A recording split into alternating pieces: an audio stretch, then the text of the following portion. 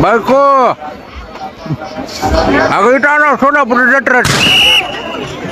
का आणायचं पिल्याला विचार बरं बावली त्याच्या बायला बावली का करते का त्याला बंदूक आणतो बंदूक हां साठरा फिटरा उडवाय तुला का आणायचे नेकलेस केल्या 4 टोळ्याचं घाल माझ्या गळ्यात